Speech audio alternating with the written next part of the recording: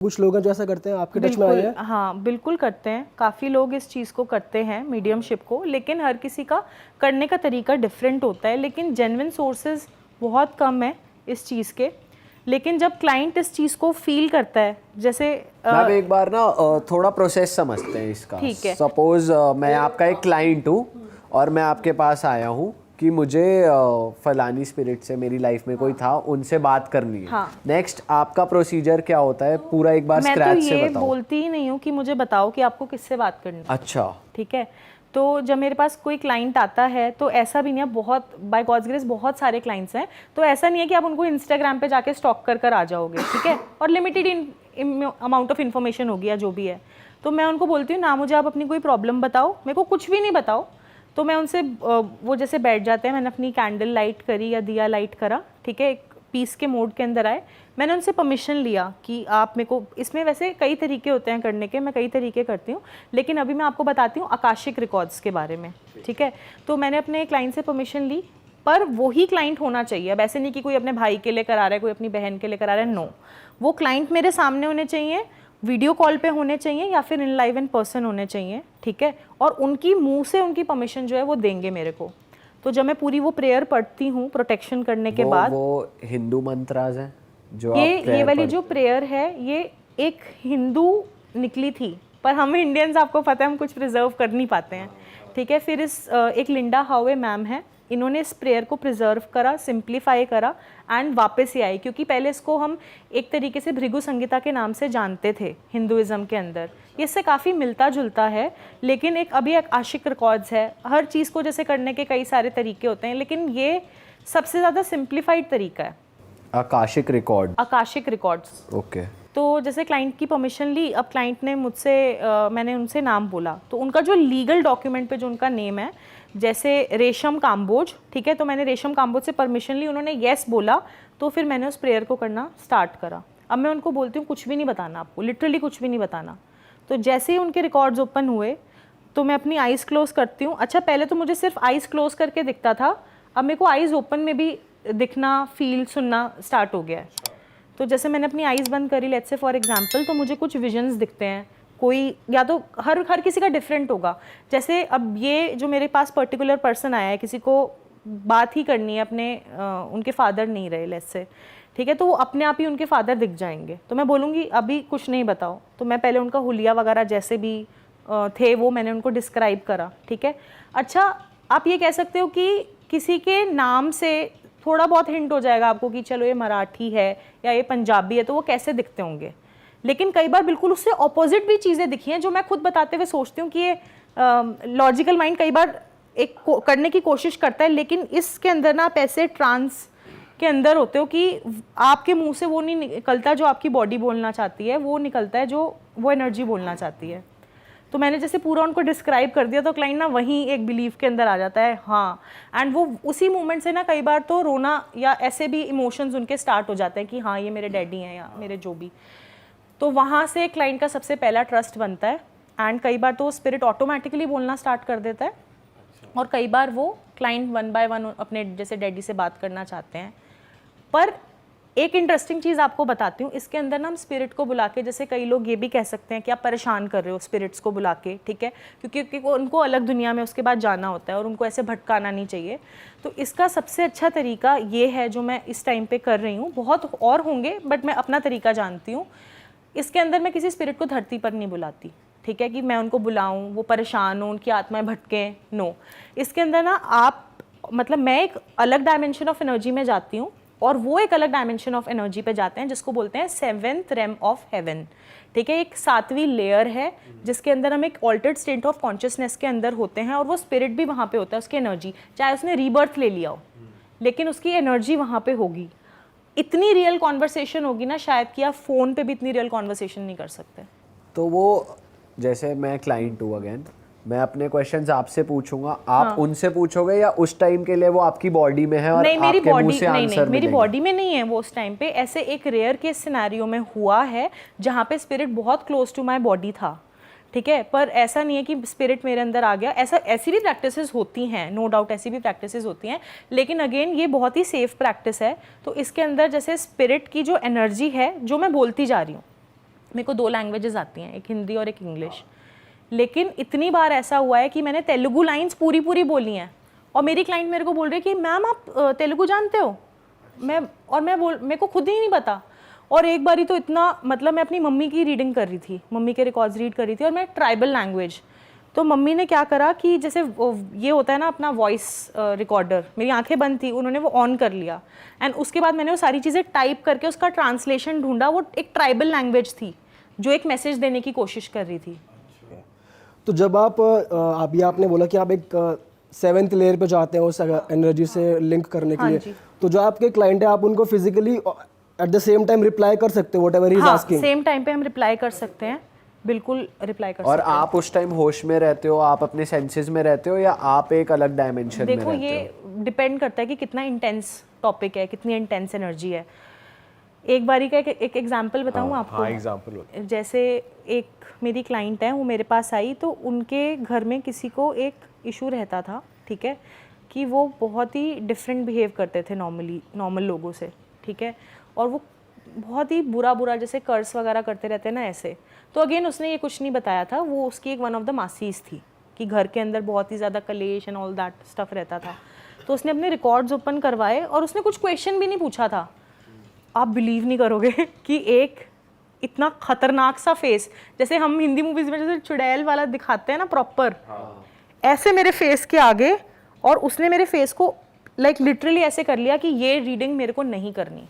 अच्छा। तो मैं तो फ्रीक आउट हो गई वो कोई भी मतलब एकदम से फ्रीक आउट हो जाएगा, लेकिन ये एक इतनी सेफ जगह है बिकॉज यहाँ पे ना, जैसे मैं सिखाती भी हूँ, इसके अंदर ना मास्टर्स होते हैं, टीचर्स होते हैं और लव्ड वंस होते हैं, तो वो ना आपको इसके अंदर प्रोटेक्ट कर रहे हैं।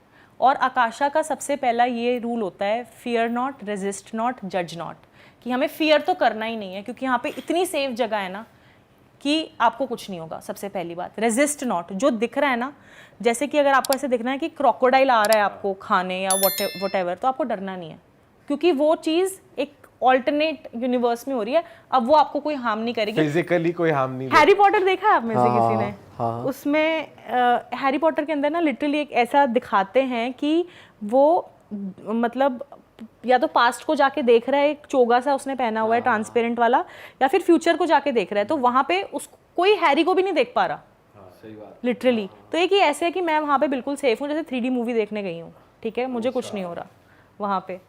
तो ये जब पूरी चीज़ हो जाती है तो उसके बाद कई बार ऐसे भी स्पिरिट्स होते हैं जो एक्सट्रीमली नेगेटिव उस एनर्जी के अंदर होते हैं, तो उसका भी एक तरीका है कि मैं उनको, जिसको हम गॉड की लाइट, भगवान की लाइट की तरफ बोलते हैं, उसमें भेज सकती हूँ एंड वो फिर उस इंसान को बॉदर नहीं करेगा अगर कर रहा है तो, नेगेटिव अगर स्पिरिट है तो।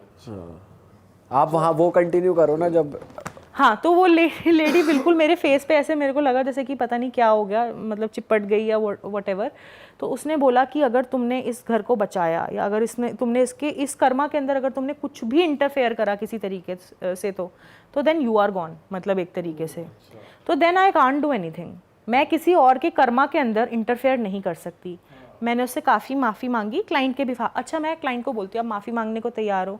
कई बार किसी ने पिछले जन्म में किसी का मर्डर कर दिया होता है, किसी का बच्चा चुरा लिया होता है, कुछ भी पता नहीं क्या क्या हो रहा होता है यार। ऐसा सच में आए हैं?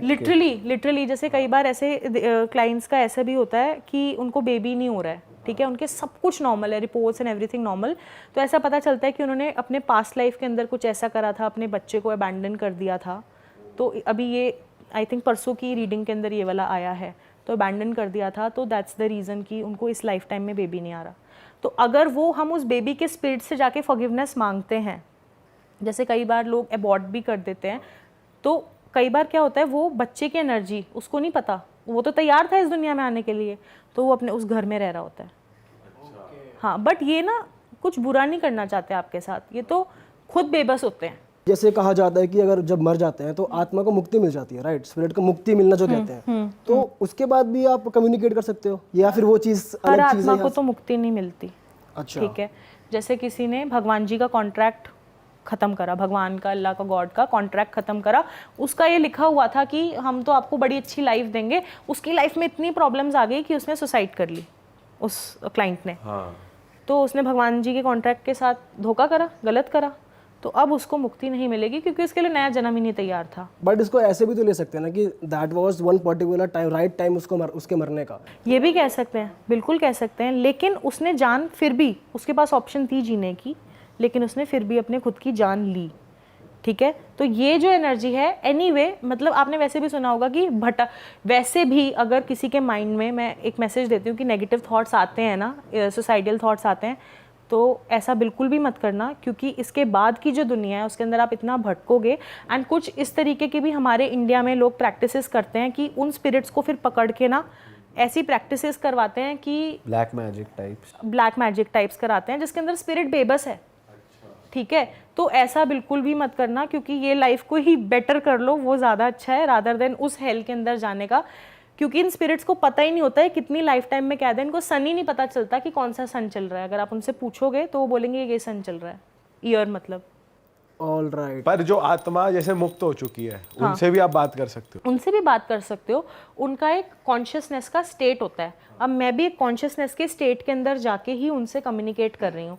तो अगर कोई रीबर्थ भी ले चुका है तो हमारे ना, वैसे आपने बहुत ही कॉमनली सुना होगा, आजकल तो सबको काफ़ी पता चल गया, 7 चक्रास होते हैं हमारी बॉडी के अंदर, है ना। तो लेकिन हमारे यहाँ पे ना एक एंटीना है, एक तरीके से उसको बोलते हैं सोल स्टार चक्रा, जिससे आप एक एंटीना की तरह कनेक्ट हो सकते हो। तो उन लोगों के पास भी एंटीना है, वो हमारी बॉडी के अंदर नहीं है, वो हमारे स्पिरिट के थ्रू है। आपने ये कहा ना रीबर्थ के बाद भी किसी ने कोई दूसरा फॉर्म, दूसरी बॉडी ले ली किसी एनर्जी ने, तो भी आप उससे कनेक्ट कर सकते हो। मैं ये कह रहा हूँ, मैं उस बॉडी में हूँ जिसने रीबर्थ ले लिया, मेरी एनर्जी है, पर कोई क्लाइंट आया आपसे और वो उस एनर्जी को याद कर रहा है, मेरी वाली जो अभी मेरे पास एग्जिस्टिंग है, तो क्या मैं रीबर्थ के बावजूद भी वहाँ पे?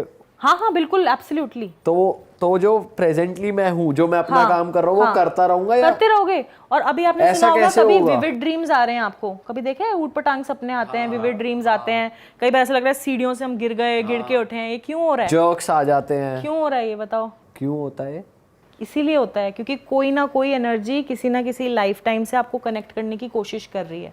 Is it? एग्जैक्टली। यार मेरे को तो बहुत परेशान कर रही है एनर्जी, इसका मतलब मेरे को आता है स्लीपिंग पैरालिसिस, और बहुत इसको कोई फेस दिखता है जो इसको दबाता है बेड। आपने सुना होगा स्लीपिंग पैरालिसिस के बारे में? मेरी फैमिली में एक मेंबर को था स्लीप पैरालिसिस, पर वो ठीक हो गया। अच्छा, मतलब तो मुझे ये ऐसे स्लीपिंग पैरालिसिस ही है या ये वैसा कुछ देखो, कनेक्शन भी इंडिया हो में तो ना, वैसे मैं सबसे पहले बात बताऊं आपको कि लोग मेंटल हेल्थ एडवाइस लेने से पहले ना ऐसे भागते हैं झाड़ा लगवाने। जेन्युइन मैं आपको बात बता रही हूँ, बट हर केस में ऐसा नहीं होता। तो इस चीज़ को ना एक प्रॉपर एनालिसिस की ज़रूरत है। ठीक है, अगर ये एक कोई ऐसा है मेंटली, कोई एक ऐसी चीज़ है जो आप फेस कर रहे हो, ठीक है, किसी भी रीज़न की वजह से हो सकती है ये आपको, तो इसका तो प्रॉपर एक काउंसलर की से हेल्प लेना होगा। लेकिन अगर ये कोई चीज़ आपको एनर्जी तंग कर रही है तो ये तो आपकी, मैं बोलूँ 3 सेशंस के अंदर रिमूव हो जाएगी with the help of Lama Fera. एक स्पिरिट एनर्जी जो है रिमूव करने का एक तरीका होता है, जिसमें अगर आपके बॉडी पे जिन भी है, किसी भी तरीके की कोई भी नेगेटिव एनर्जी है, वो निकल जाएगी। तो ये आप करेंगे 3 सेशंस? आप करते हैं? हाँ, मैं करती हूँ ये सेशन, बट उसके लिए हमें ये पता करना ज़रूरी है कि ये प्रॉब्लम क्या है। अच्छा, जितना मैंने सुना है इसके बारे में, मैंने खुद भी रिसर्च किया था स्लीपिंग पैरालिसिस, कि तुम एक ऐसे स्टेट में चला जाते हो मेडिटेशन के लिए। बेसिकली तुम अगर सो रहे हो तो तुम ध्यान ही लग रहा है तुम्हारा, तो तुम ऐसे एक स्टेट में चले जाते हो कि तुम उस जोन में होते हो जहाँ पे तुम जस्ट सोने वाले हो और तुम अभी इन द सेंसेस हो। तो उस स्टेट में जाके ना तुम्हारी बॉडी तो उठ जाती है, दिमाग उठ जाता है, बॉडी सो रखी होती है, तो बहुत टाइट फील होता है, ऐसा लगता है कोई दबा रहा है और तुम उठ नहीं पाते हो। ठीक है, ये होता है। मतलब ये मुझे फिजिकली हार्म नहीं करता, बट मैं कोशिश करता हूं। फेस भी तो फेस एक बार दिखाया, एक बार फेस दिखाया, और ऐसा लगता है कि कोई दबा रहा है, कोई दबा रहा है, और मेरी आँख खुल जाती है। आपको क्या लगता है ऑनेस्टली आपको कि ये आपके मन का, जिसको हम बोलते हैं वहम है, या फिर आपको ये लगता है कोई एनर्जी है? आपको क्या लगता है? मुझे लगता है ये मेरे साथ जब एक बार हुआ, उसके बाद मैंने रिसर्च किया, 1-2 बार जब हुआ उसके बाद मैंने रिसर्च किया, उसके बाद ये अब मेरी माइंड की ही चीज़ बार बार रिपीट हो रही है। मैं सोने से पहले अगर कभी सोचता हूँ कि अगर यार फिर से आ जाएगा तो क्या होगा, लाइक दैट। क्योंकि अब मन में क्या होता है, चल आंधे देखते हैं क्या। वैसे आया नहीं ना उसके बाद कभी? आया अभी रिसेंटली आया, परसों परसों। मैं एक आपको ना इसमें एक रेमेडी बताऊं इस चीज़ के लिए। जैसे अगर किसी को ऐसा फील होता है तो नरसिम्हा भगवान है, ठीक है, वो उनको लायन गॉड भी कहा जाता है, वो विष्णु जी के एक अवतार हैं। उनके अंदर ऐसा है कि किसी भी तरीके का आपको डर है, ठीक है, मन में कोई भी डर है, मतलब कि यार ऐसा ना हो जाए, वैसा ना हो जाए, ये रात को मेरे सपने में ना आ जाए, है ना, एक्सीडेंट ना हो जाए। कई बार तो हम ना डर को ही मतलब एक तरीके से ना सोच के ही वो चीज़ कर देते हैं अपनी लाइफ के अंदर, है ना। तो एक है, आप YouTube पे भी सर्च कर सकते हो, और बोल नहीं सकते ना तो उसको YouTube पे प्ले कर दो। उग्रम वीरम महाविष्णु ज्वलंतम सर्वतोमुखम नरसिंहम भीषणम भद्रम मृत्युम यमामृता। ठीक है, YouTube पे सर्च करना नरसिम्हा भगवान मंत्र, और उनका वॉलपेपर भी लगा लो अपने फ़ोन के अंदर। ठीक है, आजकल मैं पता है फ़ोन क्यों बताती हूँ, क्योंकि हम सारा टाइम तो फ़ोन देखते हैं अपना, है ना। पहले मैं बोलती अपने घर के इस दीवार पे लगाओ, अब वो कितनी बार देखोगे आप दीवार अपने घर में आके, है ना। तो आप इसको मंत्र को जाप कर कर सुनो। सो इवन जो लोग को साइकोसिस होता है ना, तो वो भी बहुत ज़्यादा उनको ना विजन्स दिखते हैं जो कि एक्चुअली रियल नहीं होते, और उनके मन का डर होता है। तो अगर आप ये करोगे तो इसको बोलते हैं एक तरीके से साइको स्पिरिचुअल हेल्प या रेमेडी। में तो आपकी हनुमान जी भी हेल्प कर देंगे। बिल्कुल, हनुमान जी भी हेल्प कर देंगे, लेकिन जो नरसिम्हा भगवान है ना, जैसे हर भगवान की अपनी क्वालिटी होती है। शेर कैसे होता है, पाड़ के ना वो बिल्कुल ही आपका फियर को वो कर देगा, तो ये ना आपके अंदर एक वो लेकर निडर बनाता है आपको, आपके मन से डर को निकाल देगा। जैसे अभी हम ब्लैक मैजिक की बात कर रहे थे, आप इविल स्पिरिट्स को भी रिमूव करते हैं, तो मुझे किसी क्लाइंट एक्सपीरियंस या एग्जांपल से समझा सकते हो कि कभी बैड स्पिरिट से आपका पाला पड़ा हो, कुछ मुश्किल आई हो, या कुछ ऐसा एक्सपीरियंस जहां आप भी थोड़े फंस गए हो? कभी ऐसा हुआ है जिन वगैरह का, या कुछ ऐसा बैड ब्लैक मैजिक का एक्सपीरियंस? हाँ, मैं आपको, अब ये तो बहुत ही अलग है पर मैं आपको बताती हूँ। तो क्या हुआ कि मेरी फैमिली के ऊपर ना किसी ने ब्लैक मैजिक कराया, ठीक है, और तो मैं ना स्पेल्स भी, अब तो मैं स्पेल्स करती नहीं हूँ वैसे। स्पेल्स क्या होता है? कैंडल से आपने देखा होगा लोग बहुत जला के और भगवान जी के आगे एंड डिफरेंट एंजल्स के आगे पूजा करते हैं। अब इसको भी नेगेटिव और पॉजिटिव में लोग यूज़ करते हैं, बट स्पेल का मतलब है एक वर्ड, स्पेल, स्पेलिंग, कि आपने किसी को, अब मैंने बोला कि जीते रहो बेटा, तो आपको कैसी एनर्जी फील होगी कि यार गुड, और किसी ने बोला अच्छा बेटा बड़ा कमा रहा है, तो कैसा? स्पेल का हिंदी वर्जन मंत्र ही मंत्र कह सकते हो, बिल्कुल, हाँ बिल्कुल सही कह रहे हो आप। तो मैं तब स्पेल्स भी करती थी, अब तो मैंने करने छोड़ दिए, टाइम नहीं मिलता, ठीक है। तो उसके अंदर मैंने स्पेल करा फिर खुद से कि ये जो एनर्जी है रिमूव हो जाए मेरे घर में। नेगेटिव फील हो रहा था, मेरे ब्रदर को आउटसाइड इंडिया सेटल होना था, ठीक है, तो उसने कई सब लोगों को बता दिया, जैसे हम बोलते हैं ना इंडिया में नज़र लग जाती है। हाँ। तो मम्मी ने उसको ना जॉन्डिस हो गया, और वो 1 महीने तक बहुत बहुत बीमार हो गया, लाइक लिटरली। उसकी फ़्लाइट भी थी, हमें समझ नहीं आ रहा था जाएगा कैसे, ये जा पाएगा कि नहीं जा पाएगा, क्योंकि जैसे हम बोलते हैं ना नज़र लग जाती है, वही वाली चीज़। तो मम्मी उसका काढ़ा बना रही थी, ठीक है, मैं किचन में गई, मैंने कहा इतना ब्लैक काढ़ा कैसे पिएगा ये, ठीक है, मैंने सिर्फ उसको ऐसे करा, और ये भी मैं किचन में वैसे बिल्कुल इंटरेस्ट लेती नहीं हूँ, बट मैं उस दिन गई देखने, उसके अंदर इतनी मोटी कील, और वो कैसे आई उस बर्तन में? उस बर्तन के अंदर कोई सवाल ही नहीं पैदा होता, कहाँ से आ ही नहीं सकती, और मम्मी ने खुद उस चीज़ को बनाया है, तो कैसे कैसे उस चीज़ के अंदर आ गई। और मेरा ब्रदर पूरा, लाइक मम्मी यहाँ सारे काम ना बिल्कुल नाप तोल के करती है, वो गड़बड़ कर नहीं सकती। उन्होंने 1 चम्मच निकाल के ऐसे डाला है, और वो इतना डार्क हो जाएगा वो कोई इमेजिन नहीं कर सकता था। तो उसके अंदर ही आई, तो फिर अब मेरा तो रडार चलेगा ही, अब जो जिसकी जॉब होगी वो तो अपना देखेगा ही। तो मैंने चेक वगैरह करा कि ऐसा है, ठीक है, ऐसी मतलब घर में कोई नेगेटिव एनर्जी है। फिर जो मेरी बेटी का जो टॉयज़ वाला एरिया था ना, वहाँ पे मुझे बड़ा अजीब सा फील होने लगा। तो मैं दीदी को जो साफ़ करती है ना घर, मैं उनको बोलूँ दीदी यहाँ से साफ़ करो, तो कहते साफ़ तो है। मैंने कहा नहीं, साफ़ करो इस एरिया को। बट कई बार ना एक्चुअली जब आप बहुत ज़्यादा परेशान होते हैं ना, इसलिए फिर हमें दूसरे की हेल्प लेनी पड़ती है ना, हम खुद नहीं उस चीज़ को समझ पाते। बट फिर भी मैंने हीलिंग मतलब एक तरीके से कैंडल जला के, आसान भाषा में बता रही हूँ, भगवान के आगे कैंडल लगाई, और मैंने बोला भगवान जो भी ये प्रॉब्लम है ये निकल जाए, देखो ऐसे ऐसे कर कर हम जैसे दान करेंगे या जो भी मैंने बोला होगा उस टाइम पे, तो मैंने वो कैंडल जलाई। अब कैंडल की ना एक शेप बनकर आई, जिसके अंदर ना एक भालू है, भालू जैसा, और उसमें एक हार्ट जैसा बना हुआ है, ठीक है। तो मेरे को ऐसा लगा कि मेरी डॉटर का ना एक टॉय है, ठीक है, तो बिल्कुल वैसा ही लग रहा था। उसका पूरा हार्ट है, उसका पूरा कान है, उसके पूरे पैर हैं, बिल्कुल रियल जैसा लग रहा था। बट फिर वही होता है ना कि यार मेरे मन में तो नहीं वहम हो रहा, क्योंकि जब अपने, जैसे मैं बता रही हूँ ना, जब खुद में आती है ना, एक पर्सन को ज़्यादा डर लगता है अपनी चीज़ पे।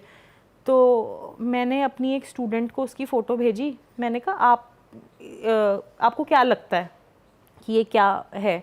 तो उन्होंने ना पूरा उसको ड्रॉ कर कर, जैसे फ़ोन के अंदर व्हाट्सएप में एक ऑप्शन टाइप होता है ना, उन्होंने उसको ड्रॉ कर कर भेजा, and I got freaked out. वो वही सेम टॉय, और उसके अंदर वो एनर्जी थी उस टॉय के अंदर, एंड उस टॉय की पिक्चर होगी ऑनलाइन या जो भी, कैसे भी किसने कैसे करा उसमें, तो मुझे नहीं पता कैसे करा होगा, किसने क्या करा होगा, मैं उस डिटेल में नहीं गई। उस टाइम पे तो था कि इसके अंदर से एनर्जी निकालो। तो फिर मैंने अपनी एक स्टूडेंट से, अब मेरी इतनी जिसको बोलते हैं ना कि मैं अपनी खुद की रीडिंग करते वक्त भी ऐसा लग रहा था यार कैसे करूँ, ये जब सर में दर्द हो रहा है, अगर आप हेड मसाज एक्सपर्ट हो ना, फिर आपको दूसरे से हेड मसाज करानी पड़ेगी, ठीक है। तो फिर मैंने अपनी एक स्टूडेंट को बोला कि आप रीडिंग करो, तो उसने रीडिंग करी। तो वो जो टॉय था वो उसके अंदर स्पिरिट, उससे कम्युनिकेशन चल रहा है उनका पूरा, और ये किसने करवाया, क्यों करवाया, क्या इसका सीन है, और ये सब वो पता पता चल गया। अच्छा, इसमें ना आकाशिक रिकॉर्ड्स में एक रीडिंग होती है कि आप पढ़ रहे हो, एक हीलिंग होती है कि आप उस प्रॉब्लम को निकाल रहे हो।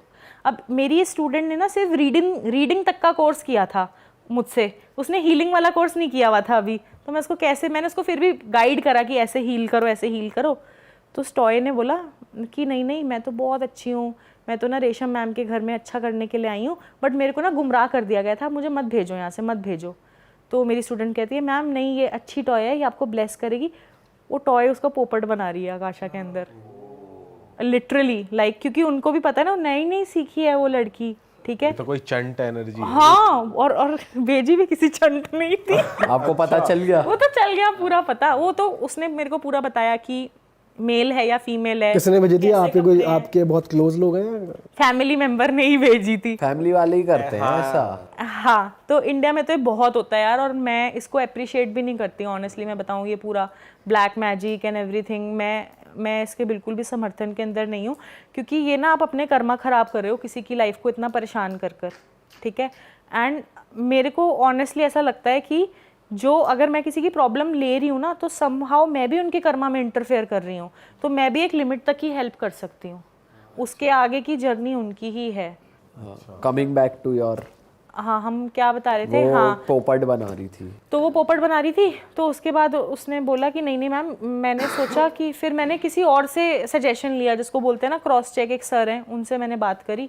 तो उन्होंने उनके पास तब, अब मेरे पास तब मशीन नहीं थी, तो सर ने मशीन से देख के बोला मैम इसको तो आप जला दो।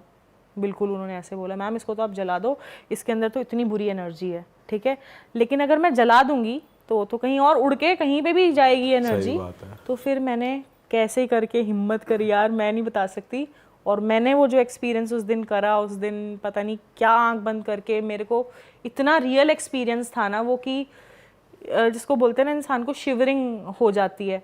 But then I remove that spirit और उसको भगवान जी को मतलब सेंड टूवर्ड्स द लाइट करा, and then things started getting normal, and बहुत सारी चीज़ों की हेल्प लेनी पड़ी। तो आपको दिखा कि वो स्पिरिट दिखती कैसी है रियलिटी में? मेरे को वो जो स्पिरिट थी वो तो किसी ने, जिसने भेजी थी, उनकी बॉडी मेरे को दिखी, लेकिन वो स्पिरिट मेरे को नहीं दिखी।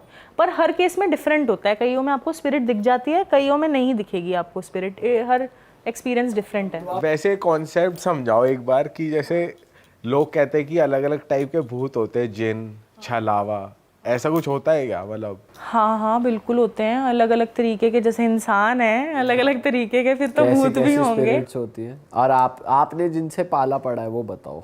मैं आपको एक स्टोरी का मतलब एक क्लाइंट, हाँ, क्लाइंट का किस्सा बताओ। तो मेरी एक क्लाइंट है, तो उसने बोला मैम मेरे को ना बहुत ज़्यादा अच्छा, मेरी वेबसाइट पे ना सबसे ज़्यादा आकाशिक रिकॉर्ड्स रीडिंग चलती हैं। वैसे तो मैं टैरो भी करती हूँ, लेकिन होता है ना कि हर किसी का एक स्पेशल कुछ ना कुछ हो जाता है। तो उसने मुझसे आकाशिक रिकॉर्ड्स रीडिंग बुक करी अपने फाइनेंशियल ब्लॉकेजेस के लिए, ठीक है। तो मैंने बोला कुछ मत बताओ, कह रही नहीं मैं तो, इतना फाइनेंशियल प्रॉब्लम है, इतना ये है, इतना वो है। उसको बोल रही रुक जा रुक जा रुक जा। और भाई एक बच्चा 13 साल का, पार्टीशन, चंपू बिल्कुल एकदम जैसे तेल लगा के होते हैं ना, स्कूल में बच्चे जाते हैं, स्कूल यूनिफॉर्म पहना हुआ एक बच्चा आ गया, और वो इतना रियल था, one of the most real experience जो मैं कभी भी नहीं भूलूंगी। और वो बोलता है दीदी, और वो दीदी को भी कुछ दीदा कर ऐसे कुछ बोल रहा था, कुछ डिफरेंट, एग्जैक्टली नहीं ध्यान। और उसने बोला दीदा, और मैंने वो बोला, वो लड़की कह रही मैम आर यू ओके। तो पहले तो समझ ही नहीं आया हो क्या रहा है। फिर मैंने बोला कि मैंने कहा सी आई एम सॉरी बट अभी आप रुक जाओ, आपका रिकॉर्ड ओपन हुआ है, मेरे को जो दिख रहा है एक बारी मेरे को ये बताने दो, ठीक है चीज़। तो वो बच्चा था 13 साल का, और उसने सुसाइड कर ली थी, और उसको बड़ा नंबरों की टेंशन रहती थी, नंबर्स की, कि मेरे स्कूल में नंबर वगैरह नहीं आते। तो वो तो बस मौका ढूंढ रहा था कि एक साइकिक एनर्जी से उसको कनेक्ट हो, और वो पता है ये लोग बेचारे ना एक ज़रिया ढूंढते ढूंढते रह जाते हैं कि इनको कोई एक मीडियम मिले और ये अपनी बात को कहें और यहाँ से मुक्त हों, क्योंकि इनकी लाइफ भी अच्छी नहीं है, मतलब मौत के बाद अगर ये भटक रहे हैं तो। और सुसाइड वाला जैसे मैंने पहले भी आपको बताया, तो उसने वो बच्चा मतलब बहुत बुरी तरीके से रोने लगा कि मैं भी रोने लगी उस एनर्जी के अंदर। और ऐसा होता है बट हमेशा नहीं होता कि, और बहुत ही एक्सट्रीम। तो ये एनर्जी मेरे से इतनी ज़्यादा कनेक्ट हो गई, क्योंकि कई बार ना हमारे कई सेम कॉमन पेन होते हैं। जैसे मैं स्टडीज़ में बचपन में अच्छी नहीं थी, तो मेरे को भी बहुत ज़्यादा फील होती थी वो चीज़ कि मैं अच्छी नहीं हूँ, I am not good for anything, कई बार ऐसा फील होता था। तो एक इमोशनली लेवल पे ज़्यादा और चीज़ वो ट्रिगर हो जाती है। तो इस बच्चे ने बोला, अपनी दीदी से बात करी, फिर उसने अपनी मम्मी को बुलाया। अच्छा, मैं एक सेशन में 2 लोगों को नहीं बुलाती सॉरी, लेकिन उसने बोला कि नहीं मेरे को मम्मी से बात करनी है। तो उसकी मम्मी आई, उसने फिर सॉरी मांगा, और फिर जैसे ही इनका स्पिरिट गया, मैं तो ऑलरेडी इतना हैवी फील हो गई थी, फिर उसके पापा आ गए, हिज पापा वॉज ऑल्सो नो मोर। तो उन्होंने माफ़ी मांगी कि मैं इतनी जल्दी चला गया, एंड बहुत ही इमोशनल फैमिली वो चीज़ थी। फाइनेंशियल प्रॉब्लम इसीलिए हो रही थी क्योंकि वो जो बच्चा था उसकी स्पिरिट भटक रही थी अभी तक, तो उसको रिलीज़ करा। ऐसे तो बहुत सारे हैं कि मतलब मैं कौन सा बताऊँ, ऐसा लगता है काफ़ी इंटरेस्टिंग हो आप। जैसे जिन वाला मैं आपको एक एग्जांपल बताती हूँ। मेरी एक क्लाइंट है, वो मुझसे लामा फेरा अपना रेगुलर बेसिस पे करवाती हैं। उनकी फैक्ट्री के अंदर आग भी लग गई थी, कोई रीज़न ही नहीं पता चला आज तक आग का रीज़न क्या है, ठीक है, बहुत। तो उनके कुछ ना अनफॉर्चुनेट से इवेंट्स होते रहते हैं उनके उसके अंदर, फैमिली के अंदर। तो उन्होंने मेरे को बोला कि आप रिकॉर्ड्स चेक कर बताओ कि ये क्यों प्रॉब्लम आ रही है यहाँ पर। तो मैंने उन मैम के रिकॉर्ड्स, जो उन लेडी थी उनके रिकॉर्ड्स ओपन करे, तो मुझे ना कोई एक टर्बन पहने हुए दिखे, ठीक है। तो मैंने बोला कि कोई, अब वो तो फिर मैं ऐसे एक बारी को माइंड सोचता है कि इनकी फैमिली में कौन टर्बन पहन, ये लाइक ये तो दूसरे रिलीजन के हैं। तो मैंने कहा कि पर पता नहीं, मेरे को एक दिख रहे हैं प्रोमिनेंट। अच्छा, जैसे ही मैंने उनका थोड़ा सा डिस्क्रिप्शन दिया तो उन्होंने किसी का नाम लिया, तो वो बिल्कुल एकदम क्लियर पिक्चर दिख गई। अच्छा। क्योंकि वो एक एनर्जी एक पिक हो गई। तो वो उनके पार्टनर थे उनके हस्बैंड के पहले, और वो अनहैप्पी थे, तो उनकी वाइफ को इस तरीके की एनर्जी कर रही थी। उनकी एक डॉटर है टीनेजर, और वो उसकी पिक्चर जब भेजती है ना हीलिंग के लिए, अच्छा पिक्चर देख के भी ना, जैसे आपको, अब आप किसी की पिक्चर देखो तो ऐसे जनरली देख के लगे ना इंसान खुश है या दुखी है, थोड़ा तो हमें फील होता ही है ना, जैसे नॉर्मली आप लोगों को भी लगता होगा। तो उसकी आईज़ ना बहुत बड़ी बड़ी हैं, लेकिन उसकी आंखों को देख के ऐसा लगता था कुछ है, कोई दिक्कत है, कोई एनर्जी है। तो उसकी मैं हीलिंग्स करती थी नॉर्मली। अच्छा, मुझे ना लामा फेरा हीलिंग करने के अंदर ना विजन दिखते हैं। अच्छा, तो उसके अंदर उसी क्लाइंट से रिलेटेड विजन्स या रैंडम विजन्स? नहीं, उसी क्लाइंट से रिलेटेड ही दिखेंगे क्योंकि उसकी प्रॉब्लम चल रही है।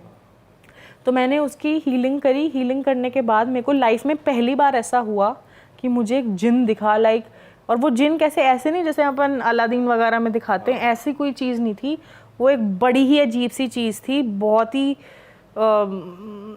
जिसके दांत बिल्कुल ऐसे थे जैसे किसी के घुटके खा के दांत नहीं जैसे जिसके ख़राब हो जाते हैं। स्मेल इतनी गंदी आ रही थी उस एनर्जी के अंदर से, ऐसा लग रहा था कि बहुत ही कोई कीचड़ से कोई चीज़ निकली है, लेकिन वो थी ऐसे लंबे में, उसकी जो टेल थी, मतलब हाँ ऐसे देख के लग रहा था। और जैसे हम देखते हैं ना कि एक चिराग होता है और ये होता है, ऐसा कुछ नहीं था कि कोई चिराग से निकल रहा है या वो हमारा।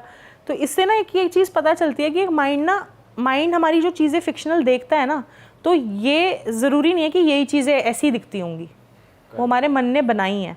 तो ये भी पता चल जाता है कि हम अपने माइंड से बना रहे हैं उन चीज़ों को, क्योंकि एक्चुअली कई बार हीलर्स बना भी लेते हैं अपने माइंड में बातें, और जो रियल चीज़ होगी फ़र्क दिख जाएगा। तो स्पिरिट को रिलीज़ कर दिया उसको, पर वो एक बारी में नहीं हुई। जैसे मैं भी इनको बोल रही थी ना कि 3 बार सेशन होगा ठीक हो जाएगा, उसके कई सेशंस करने पड़े। फिर मैं बाई चांस, मतलब बोलते हैं ना भगवान भी उनको हील करना चाहते थे। अच्छा, लामा फेरा जो होती है ना, वो लॉर्ड बुद्धा की हीलिंग होती है। तो मैं उस टाइम पे दलाई लामा मोनेस्ट्री गई हुई थी मैक्लोडगंज के अंदर, एंड मैंने उनकी मोनेस्ट्री के अंदर बैठकर उनकी बेटी की हीलिंग करी है। और उसके बाद जब चेक कराया, ऑरा स्कैनर एक मशीन होती है, उससे चेक हो जाता है स्पिरिट है कि नहीं है, तो उसमें फिर वो चला गया स्पिरिट।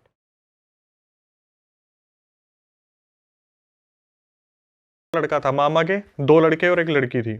जो छोटा वाला लड़का था, एक दिन जैसे घर में होते कि फंक्शन वंक्शन हो रहा है, कुछ सुंदरकांड का पाठ रखवाया होगा, तो वो लड़का नॉर्मली ऐसे खेलते खेलते बच्चों के साथ खड़ा खड़ा सीधा, और जैसे सबकी नज़र पड़ती है ना कि एकदम से हल्ला गुल्ला हुआ, एकदम से यूँ खड़ा होके और सीधा का सीधा यूँ पीछे ज़मीन पर जाके गिरा, बिल्कुल इस तरीके से। सारे उठ के एकदम से देखने आए तो हुआ क्या है इसको, उसकी आंखें खुली हुई है और आंखें दिख रही है और बड़बड़ा रहा है, लेकिन कोई रिस्पॉन्स नहीं दे रहा है। तो सबको लगा यार शायद मिर्गी का दौरा होगा, कुछ ऐसा कुछ हुआ होगा जिस वजह से अचानक से ये फ्लैट गिरा है। तो सारे बच्चे बुला के लेके आए सबको। उसके बाद कुछ बुजुर्ग वहाँ पे थे जो थोड़े समझदार थे, उन्होंने इस तरीके से इशारा दिया कि भाई कुछ गलत है। उनको ये चीज़ फील हो रही थी कि कुछ ना कुछ लड़के के साथ गलत है, तो एक काम करते हैं किसी को दिखा भी लेते हैं। अब हुआ क्या, उस लड़के को हॉस्पिटल पहुंचा दिया गया और यहाँ पर कुछ उनके घर के बगल में कोई गुरुमा रहती थी, उनको बुलाया गया और उनको बताया गया कि ऐसे ऐसे लड़के के साथ दिक्कत हुई है। तो गुरुमा आती है वहाँ पे, उन्होंने क्या कहा, बोले कि एक काम करो, मुझे ना अपने घर के चावल दो। भाई उन्होंने अपने हाथ में चावल लिए और इस तरीके से सूंघा और एकदम से ना ये झटका, और झटक के उन्होंने क्या करा, जैसे घर के बाहर चावल फेंक दिए। उन्होंने ये यहाँ पे करा है, उधर से हॉस्पिटल से फ़ोन आ गया कि लड़का ठीक है। इधर से उन्होंने कोई टोटका करा होगा, वो चीज़ उतारी होगी, और वहाँ से हॉस्पिटल से फ़ोन आ गया कि जो लड़का अभी तक हॉस्पिटल में बोल नहीं रहा था वो एकदम से ठीक हो गया, वो होश में आ गया। उस लड़के को हॉस्पिटल से घर लेके आए। वो जो गुरुआ वहाँ पे आई थी, उन्होंने उतारे का कुछ सामान दिया, घर में कुछ चीज़ें रखवाई गई और फिर बता दिया कि ठीक है। कुछ परछाई वरछाई आई थी, लेकिन इसका भी खुलासा नहीं करा कि हुआ क्या था। धीरे धीरे फिर वक्त बीता, 2 दिन 3 दिन 4 दिन। वो जो लड़का था उसके साथ फिर कुछ ना कुछ दिक्कतें होने लगी, और दिक्कतें भी क्या थी कि जैसे वो बैठा रहता था तो इधर उधर देख के कुछ बड़बड़ाना शुरू कर दे, चिल्लाना शुरू कर दे। एक वक्त ऐसा आ गया कि इन्होंने क्या करा, सोचा कि यार हम ना किसी मौलवी को दिखा लेते हैं, मौलाना को दिखा लेते हैं, जो थोड़ा सा इस चीज़ के बारे में ज़्यादा जानता होगा। जब इन्होंने मौलाना को बुलाया ना, उसने भाई कुछ चीज़ें ऐसी बोल दी जिसको सुनने के बाद पूरा घर लिटरली शॉक हो गया था। मौलाना ने बोला कि वो इंसाफ चाहती थी, तुम बीच में आ गए और वो लड़की अब तुम्हें छोड़ेगी नहीं। उस मौलाना ने इस चीज़ की क्लैरिटी नहीं दी कि कौन इंसाफ चाहती थी, क्या चाहती कौन थी। लड़की है वो और कौन वो बस इतना बोल के चला गया कि तुमसे गलती हो गई है, और अपनी तरफ से उसने क्या करा, कुछ जमजम का पानी होता है जो पानी छिड़कना होता है, उसके अंदर कुछ उसने उर्दू भाषा में लिख के कागज़ डाले और बोल दिया कि एक काम करना, वक्त बेवक्त थोड़ा सा इधर उधर मार देना। कुछ कागज़ पे उर्दू के वर्ड्स लिख के दिए, ये बोल दिया कि घरों में चिपका लेना इन वर्ड्स को, तुम्हारे साथ कुछ नहीं होगा। कुछ कीलें ठुकवाई वहाँ पे कि तुम्हारा घर बंधवा रहा हूँ मैं, ये बोल के वहाँ पर उनकी जो दक्षिणा थी, जो भी वो अमाउंट लेते थे, वो बोल के चले गए। भाई चीज़ें फिर दोबारा शांत हो गई। पहले वो जो गुरुमा वाला इंसिडेंट हुआ था वो हुआ, उसके बाद ये मौलाना वाला जो इंसिडेंट था ये हुआ। इसके बाद क्या हुआ कि जो बताने वाला है ना बंदा प्रदीप, वो तो बता रहा है अपने मामा की कि मेरे मामा ने ही ये सब कुछ हो रहा था और मामा के परिवार में ये सब कुछ हो रहा था। तो प्रदीप ने बताया कि मेरे बड़े भाई की शादी आ रही थी। जो लड़का बता रहा है कि मेरे बड़े भाई की शादी आ रही थी, और जो लड़की है और जो प्रदीप है वो सगे भाई बहन है? नहीं, अच्छा, कजन कजन भी नहीं, आमने सामने रहते हैं, आमने सामने रहते हैं। तो क्या हुआ, प्रदीप ने बताया कि भाई सब कुछ हो रहा था मामा के लड़के के साथ, और वो लड़की की इन्वॉल्वमेंट अलग थी, वो दूसरा घर था सामने वाला। तो इस टाइम पे प्रदीप ने बताया कि भाई मेरे बड़े भाई की शादी आ रही थी, अभी 2024 की बात है, 24-25 की बात है। तो उस टाइम पे सबका प्लान बना कि भाई चलते हैं। अब जहाँ जाना था वो काफ़ी बड़ी लोकेशन है इंडिया में, काफ़ी अच्छा उसका जगह है, मतलब काफ़ी सही है। वहाँ पर उनको जाना था। तो उस टाइम पे क्या हुआ, जाने से जस्ट एक रात पहले वो जो मामा का लड़का प्रोसेस हुआ था, जाने से पहले उस घर की वो जो कीलें थी वो अपने आप निकली मिली। उस घर में जो सामान रखा हुआ था वो सारा का सारा ऊबड़ खाबड़ हो रखा था, और वो लड़का दोबारा पोजेस हो गया था।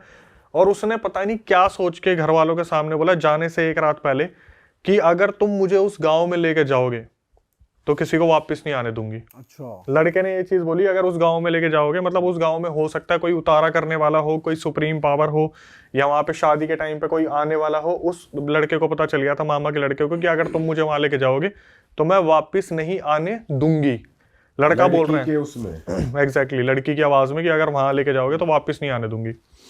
इन्होंने क्या करा, उस टाइम पे जो हनुमान चालीसा होती है वो पढ़नी शुरू करी। फिर दोबारा एक बाबा को बुलाया गया। इस टाइम पे ना मौलाना थे ना वो गुरुमा थी, बाबा को बुलाया गया। वो जो बाबा आए थे उन्होंने साफ बता दिया कि भाई ये किसी लड़की की आत्मा है और ये बहुत ज़्यादा गुस्से में है, तुम्हारे लड़के को ये ले जाने की कोशिश कर रही है। उस टाइम पे क्या हुआ, जो एक पोजेशन था वो 5-10 मिनट चला और वो लड़का जो था बेहोश हो गया। बेहोश होने के बाद वो जो बाबा आए थे उन्होंने साफ बता दिया कि देखो मैं इलाज कर दूंगा, लेकिन मैं इस चीज़ की श्योरिटी नहीं देता कि परमानेंट इलाज है, इसके लिए तुम्हें हवन वगैरह करवाना पड़ेगा। अब इनके पास इतना टाइम था नहीं, इन्हें शादी में जाना था।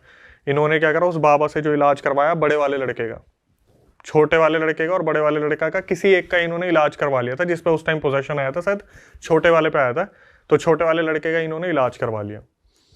भाई इन्होंने इलाज करवाया छोटे लड़के का, जिस दिन ये लोग निकल रहे थे शादी के लिए, बड़े वाले लड़के में पोजेशन आ गया। रास्ते में ही उसके अंदर पोजेशन आ गया। पूरे रास्ते, पूरे गाड़ी में हल्ला मच रहा है। 2 गाड़ियां यहाँ से गई थी, बड़ी बड़ी 7 सीटर, और रास्ते में ये चीज़ हाईलाइट हो गई कि भाई उस लड़के के साथ दिक्कत हो रही है। तो फिर दोबारा वो जो बाबा इनके घर पे आए थे छोटे वाले भाई का इलाज करने, उनको कॉल पे लिया गया। उन्होंने वहाँ से मंत्र पढ़े। तो मंत्र पढ़ने के बाद क्या हुआ, बड़ा वाला जो लड़का था वो शांत हो गया।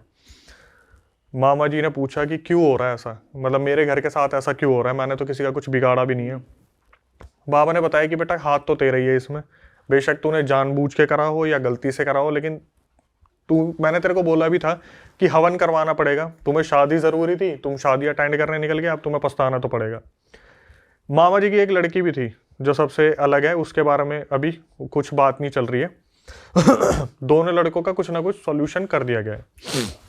अब ये पहुंच गए गाँव में, शादी अटेंड कर ली, सब कुछ हो गया, वहाँ पे कोई दिक्कत नहीं हुई। अब मैं एक लाइन हाईलाइट करता हूँ दोबारा, जो उस स्पिरिट ने बोली थी कि अगर मुझे लेके जाओगे मैं वहां से वापस नहीं आने दूंगी, किसी को भी नहीं आने दूंगी। ठीक है, किसी को भी नहीं आने दूंगी। ये चीज़ें चलती गई, शादी अटेंड कर ली, बहुत अच्छे से फंक्शन अटेंड कर लिए। अब वापस आने की बात हो रही थी। जब ये गाँव से निकलते हैं अपनी एक्चुअल लोकेशन के लिए, सबसे पहले जिस गाड़ी में वो मामा का लड़का बैठा हुआ था जो बड़ा वाला था, उस गाड़ी का टायर फटता है। सबसे पहले टायर फटा। इन लोगों को एक ऐसा दिन सिलेक्ट करा गया था जिस दिन इनके वहाँ पे मान्यता है कि हमें इसी दिन ट्रैवल करना चाहिए, ये दिन सबसे शुभ होता है। उस एंटिटी ने इनका वहाँ से निकलना मुश्किल कर दिया। इन्होंने पूरी ज़बरदस्ती कर दी कि हमें इसी दिन निकलना है, इसी दिन निकलना है। बार बार गाड़ी को रिपेयर करवा रहे हैं, गाड़ी में कोई ना कोई दिक्कत आ रही है। अब इसके बाद क्या हुआ, जब ये लोग वहाँ से निकले, अब इस चीज़ को भाई ध्यान से सुनना, ये एंडिंग बहुत डार्क है इसकी, कि जब ये वहाँ से निकले ना तो 2 गाड़ियाँ थी। आगे वाली गाड़ी फूफा जी चला रहे थे, पीछे वाली गाड़ी मामा जी चला रहे थे, और मामा जी की फैमिली के ही साथ ये सारी दिक्कतें हो रही थी। फूफा जी जो थे उनके साथ बुआ जी बैठी थी और बहुत सारे रिलेटिव बैठे थे। मामा वाली जो गाड़ी थी उसमें सारी फीमेल्स बैठी थी और बच्चे बैठे हुए थे। मामा जी वाली गाड़ी में दोनों 7 सीटर थी, और इन्होंने आपस में डिस्कस किया था, एक जगह चाय पी है इन लोगों ने, वहाँ पे डिस्कस किया है कि हम 1-1.5 किलोमीटर की दूरी पे दोनों गाड़ियों को सलामत चलाएंगे तो कोई दिक्कत नहीं होगी। अब फूफा जी आगे वाली गाड़ी चला रहे थे, मामा जी पीछे वाली गाड़ी चला रहे थे। धीरे धीरे गाड़ी चल रही थी। बीच में जब ये चाय पीने रुके ना, उस टाइम पे जो फूफा जी के साथ बुआ जी थी, उन्होंने बोला कि मैं औरतों में जाके बैठ जाती हूँ, थोड़ा सा उनसे बातचीत कर लूंगी तो मेरे टाइम पास हो जाएगा, मुझे पता नहीं चलेगा टाइम का। इधर से क्या हुआ, पीछे वाली गाड़ी में से जो बड़ा वाला मामा का लड़का था जिसपे एक टाइम पे पोजेशन आया था, वो आके इस वाली गाड़ी में बैठ गया। अब भाई जब गाड़ी चलनी शुरू हुई ना हाईवे पे, फूफा जी गाड़ी लेके जा रहे, एक टाइम पे ऐसा लगा कि यार जो पीछे वाली गाड़ी है वो कहाँ रह गई। इन्होंने क्या करा, गाड़ी साइड में लगा ली कि 15-20 मिनट हम देख लेते हैं, अगर कोई दिक्कत है क्या नहीं है। अब वेट करने लगे तो इन्हें लगा शायद कोई फ्रेश होने उतरा होगा किसी ढाबे पे, किसी होटल पे, या चाय पीने के लिए कोई उतरा होगा, कोई वॉमिटिंग हो गई होगी किसी की। कॉल नहीं करी इन्होंने उस टाइम पे कॉल नहीं करा। जब ये 15-20 मिनट रुके ना, इनके पास कॉल आया। अच्छा। और कॉल पे जो पुलिस वाले थे उन्होंने बोला कि ये गाड़ी आपके साथ थी वाइट कलर की। उन्होंने बोला हाँ हमारे साथ थी। बोल दिया फटाफट से आ जाओ, इनका बहुत भयंकर एक एक्सीडेंट हुआ है। अरे भाई साहब, पीछे वाली गाड़ी का बहुत भयंकर एक्सीडेंट हुआ है और जितनी जल्दी हो सके आप लोग पहुंच जाओ। इन्होंने क्या करा, उस टाइम पे हड़बड़ाहट तो हो ही जाती है। फूफा जी गाड़ी चला रहे थे, फूफा जी ने क्या करा, यू टर्न मारा और इतना भी ध्यान नहीं दिया कि सामने से 2 एम्बुलेंस निकली है। उसी टाइम पे 2 एम्बुलेंस थी जो इनके पूरे परिवार को, पीछे वाले को भर के लेके जा रही थी। अच्छा। ये लोग वहां पहुंचे हैं, इन्होंने देखा जो पीछे वाली गाड़ी थी पूरी खूनम खान, और ऐसा लग रहा था कि मतलब कहीं पे स्किन चिपकी हुई है, कहीं पे जो अंदर की चीजें होती है ना, मांस चिपका हुआ है, कहीं पे कुछ है। मतलब गाड़ी को देख के कोई भी ये साक्षात बता सकता था कि भाई कोई बहुत ही भयंकर एक्सीडेंट हुआ है इस गाड़ी का। गाड़ी पूरी तरीके से तबाह हो गई। हालांकि जो सब्सक्राइबर उसने हमसे फ़ोटो भी शेयर की है, लेकिन मेरे को नहीं लगता लगाने की ज़रूरत है। ऑडियंस बहुत ज़्यादा हो जाएगी देख के विचलित कि बहुत अजीब सी वो फ़ोटो है। जब ये लोग पूछते हैं पुलिस वालों को दोबारा कॉल करके कि कहाँ गए, सारे के सारे आपने कॉल करके बुलाया, तो उन्होंने बताया कि ये नियर बाय हॉस्पिटल है, यहाँ पे आ जाओ। भाई आगे वाली गाड़ी में फूफा जी थे, चाचा जी थे, पीछे वाली गाड़ी में चाचा जी का लड़का भी बैठा हुआ था, बुआ जी भी बैठी हुई थी, जैसे कि मैंने बताया उन्होंने गाड़ी चेंज कर ली थी। उसमें मामा का लड़का भी था, मामा का छोटे वाला, बड़ा वाला आगे चला गया था। जैसे ही ये लोग हॉस्पिटल पहुंचते हैं, इन्होंने देखा कि 2 बच्चे स्ट्रेचर पे पटक रखे हैं, वो मर चुके हैं। चाचा का लड़का और मामा का लड़का। मैं बता रहा हूँ इस टाइम मेरे को भी काफ़ी इमोशंस आ रहे हैं। वो दोनों स्ट्रेचर पे पड़े हैं, वो ख़त्म हो चुके हैं। ये जाते ही अनाउंस कर दिया कि ये दोनों ख़त्म हो चुके हैं। हालत देखी गई जो चाची जी थी, उन चाची जी की जो हालत थी वो पता कैसी थी? उनका सर फटा हुआ था और पूरा ऐसे जैसे लटक जाता है ना, इस तरीके से लटका हुआ था। तो एम्बुलेंस वालों से बात की कि हुआ क्या ये। उन्होंने जो चीज़ बताई ना एम्बुलेंस वालों ने बताया भाई हम पीछे बैठे हुए थे, चाची जी ने एम्बुलेंस वालों का हाथ पकड़ रखा था और बार बार चाची जी बोल रही थी मेरे बच्चे को बचा लो, मुझे बचा लो, मेरे बच्चे को बचा लो, मेरे घर वालों को बचा लो, मेरे घर वालों को बचा लो। ये जैसे एम्बुलेंस वाले बात करते हैं ना कि हाँ माता जी मत आप टेंशन लो, सब ठीक हो जाएगा, सब ठीक हो जाएगा। एकदम से जो चाची जी बैठी हुई थी उनकी गर्दन मुड़ी यूं करके सर ऊपर गया, धम धम धम, स्ट्रेचर पे खुद ही बैक टू बैक मारना शुरू कर दिया और 10-12 बार उन्होंने अपने स्ट्रेचर पे इस तरीके से सर मारा और फिर वो भी खत्म हो गई। 3 जाने जा चुकी हैं। इसके बाद क्या हुआ, वहाँ पर जब ये लोग पहुँचे तो सबसे पहले चाचा बेहोश हो गए, फूफा जी वहाँ पे थे। फूफा जी ने देखा भाई मेरा भी बच्चा ख़त्म हो गया, मेरी वाइफ भी ख़त्म होगी, बुआ जी भी ख़त्म हो चुकी थी। अच्छा ये सॉरी चाची मैंने बोल दिया, बुआ जी थी। बुआ जी जो पीछे गई थी, जो बोली थी औरतों के साथ बैठ जाऊँ, वो भी ख़त्म हो चुकी है। मामा और मामी की जो मामा जी की जो लड़की थी वो 2 बच गए थे बस। उसके अलावा पीछे वाली गाड़ी में 4 लोग थे जो ख़त्म हो गए थे। और चौथा कौन था? चौथी थी चाची। अच्छा हाँ चाची ही थी वो। चाची जी ख़त्म हुई है, चाची ख़त्म होगी, बुआ ख़त्म हो गई और दोनों बच्चे ख़त्म हो गए। चाचा का लड़का और मामा जी का जो लड़का था वो ख़त्म हो गए। अब इनको समझ नहीं आ रहा कि परिवार के ऊपर एकदम से जो गाज टूटी है ये क्या हुआ, किस वजह से हुआ। इस टाइम पे परिवार में ऐसा हो गया था कि एक साथ इतनी चीज़ें हो गई। और भाई जब ये बॉडी देखने गए ना, एक बच्चा था जिसके सर में ना गेयर घुस गया था, जो लगाने वाला गेयर होता है ना वो घुस गया था इधर। मामा जी वगैरह बच गए क्योंकि एयर बैग टाइम से खुल गए थे, नहीं तो जो लोग आगे पीछे बैठे थे उनकी अंतड़ियाँ बाहर आ गई थी। इतना बुरा एक्सीडेंट ये हुआ था वहाँ पे। इन्होंने उस चीज़ को समेटा, मामा जी बच गए थे उन्होंने समेटा। चाचा जी जो थे वो बहुत बिजनेस माइंडेड थे, उन्होंने भी अपने बच्चे और बीवी खो दी थी। अब इसके बाद क्या हुआ, जब ये लोग गाँव पहुँचे, सबका विसर्जन करा, जब वहाँ पर अपने सबसे जो मेन बाबा थे, गुरुजी थे, उनसे मिले और उनको बताया कि हमारे घर में ऐसा ऐसा हो गया। तो गुरुजी ने साफ बता दिया कि भाई एक लड़की थी, याद करो, जिसको मर गई थी या मार दिया था। वो लड़की इंसाफ चाहती थी, लेकिन मामा जी ने वहाँ पे आके क्या करा, घोषित कर दिया कि हाँ ये ठीक है, मतलब मैं अप्रूवल दे रहा हूँ। एग्जैक्टली वो सुसाइड है। वो सुसाइड था या क्या था हम डिस्क्लोज नहीं कर सकते, लेकिन वो जो एंटिटी थी वो शुरू से ये चाहती थी कि मेरे को उस चीज़ का इंसाफ मिले। मामा जी ने अपनी तरफ से क्या करा, बीच में अड़चन बन गए, डिक्लेयर कर दिया कि ये सुसाइड है। जिस वजह से वो जो एंटिटी थी वो इनके घर में प्रवेश करी, सबसे छोटे वाले लड़के पे आई, फिर बड़े वाले लड़के पे आई। और उस एंटिटी ने बोला भी था अगर मुझे गांव लेके जाओगे तो मैं वापस नहीं आने दूंगी। अब इन्होंने पूछा कि गाड़ी के अंदर ऐसा हुआ क्या, तो वो बाबा जी ने अपनी आँख बंद करी होगी, उन्होंने देखा होगा, उन्होंने बताई जो चीज़ भाई, बताया कि गाड़ी अपने नॉर्मल स्पीड पे चलने लग रही थी। मामा जी का जो लड़का था वो अचानक से अपने ही पापा को बोलने लगा गाड़ी रोक, गाड़ी रोक, गाड़ी रोक। उसके पापा ने पीछे मुड़ के पूछा हुआ क्या हुआ, उसने क्या करा, अपने जैसे गाड़ी नहीं रोकी अपने बाप का सीधा यू करके नाक पे मुक्का मारा। उसके पापा ब्लैकआउट हो गए। उसके पापा ने सीधा गाड़ी देकर हमारी पेड़ पे। अच्छा। पेड़ पे गाड़ी लगते ही वहाँ पर जिस तरीके से सब फटे हैं एकदम से धम्म करके, वहाँ पर वो पूरा इंसिडेंट हो गया। और वो लड़की लेने तो सिर्फ एक को आई थी, लेकिन अपने साथ 4 जनों को लेके चली गई। उसके बाद इन्होंने अपने घर का उतारा करवाया, लेकिन तब तक वो एंटिटी अपना बदला ले चुकी थी। तो आगे के लिए तो ऐसा हो गया कि ठीक है घर को बंधवा लिया इन्होंने। लेकिन जो चाचा जी थे जिसके बारे में हमें प्रदीप बता रहा था भाई चाचा जी इतने बिजनेस माइंडेड थे ना कि जिस बिजनेस में वो हाथ रख देते थे वहाँ पर वो गोल्ड बना देते थे। उस चीज़ को बोलते हैं ना, पत्थर को हाथ लगाया तो सोना बन गया। बोले एक टाइम ऐसा आ गया कि जो चाचा जी थे वो देख के पता क्या बोलते थे, अरे देख देख चाची आई है, देखो तुम्हारी चाची आ गई मिलने के लिए मुझसे, देखो मेरा बच्चा जा रहा है, देखो दोनों आ गए। उनकी कम से कम नहीं तो 1-2 साल तो बैक टू बैक पूजा पाठ और हवन चले, तब जाके चाचा जी अभी भी बचकाने हो गए, मतलब कि एक बच्चा दिमाग हो गया, सही नहीं हुए अभी तक। ट्रॉमा घुस गया उनका। हाँ, वो डिप्रेस हो गया बुरी तरीके से। खतरनाक कहानी भाई।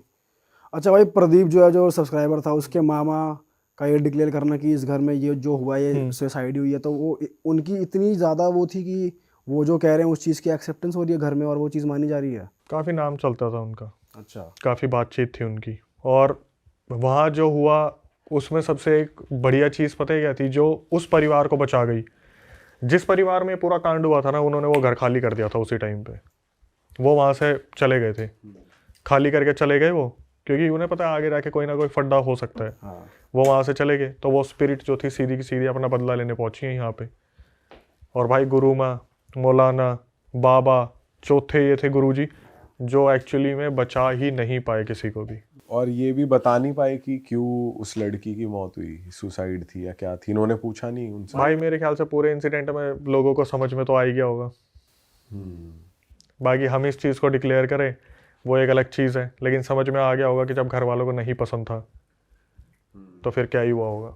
लेकिन जैसे मैंने कहा था कि ये इंसिडेंट काफ़ी डार्क रहेगा, एंडिंग इसकी बहुत ज़्यादा एक ऐसी है कि मेरे को 3 बार सुननी पड़ी, उसके बाद भी थोड़ा सा बुआ और चाची में मैं कंफ्यूज हो गया था, क्योंकि एक्चुअल में इतना ज़्यादा इसमें वो है ना टॉर्चर वाला सीन कि कोई इंसान ये देखे कि मेरे अचानक गाड़ी पीछे आ रही है और अचानक से पता चले ये एम्बुलेंस तो वही थी जो हमारे घर वालों को लेके जा रही थी।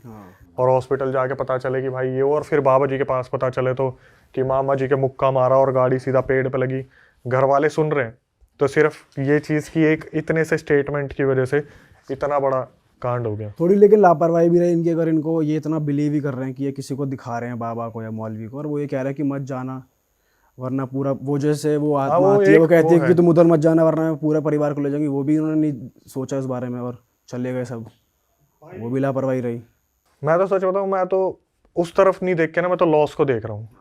मैं अगर ये सब देखूँ कि पास्ट में क्या हुआ, मेरे हिसाब से तो फिर मेरे को ये देखना चाहिए कि मामा जी ने इन्वॉल्वमेंट क्यों रखी। वही, हाँ वही मैं कह रहा था कि उनकी वहां तक तो जाऊं ही ना, तो मैं ये देखूं कि लॉस कितना बड़ा हो गया सिर्फ इस चीज के चक्कर में कि एक स्टेटमेंट दे दी, और वो पता नहीं कितनी बार एंटिटी आके बोल भी चुकी थी मैं लेके जाऊंगी, मैं लेके जाऊंगी। अब एक के साथ वो 3 को और ले गई, मतलब 4 सीधा मृत घोषित हुए हैं। वो एक बहुत बड़ी चीज़ है। और मामा जी जिंदा छोड़ दिए कि बेटा अब तू देख तेरा परिवार कैसे तड़पेगा।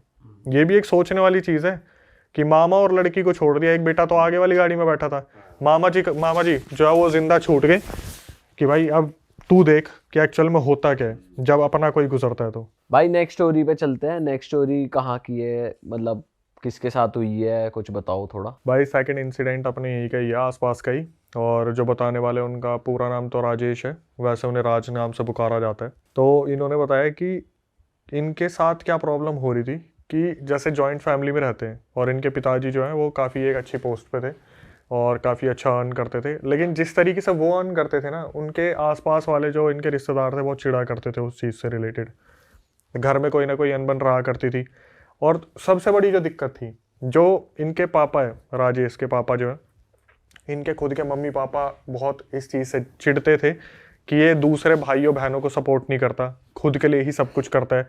तो क्या होता था, जैसे राजेश के तो वो दादाजी लगे जो इनके पापा के पापा हैं, वो दादाजी शाम को पी के आते थे और राजेश के पापा को डांटते थे कि अगर तेरे से नहीं करा जा रहा, तो घर में पैसे नहीं दे सकता तो घर छोड़ के निकल जा, हमारे किसी काम का नहीं है। और जो बाकी रिलेटिव्स थे वो भी क्या करते थे, जैसे राजेश सबसे छोटे वाले, उनसे एग्जैक्टली काउंटिंग बताया तो सबसे बड़े वाले जो भाई है वो रियल एस्टेट में थे।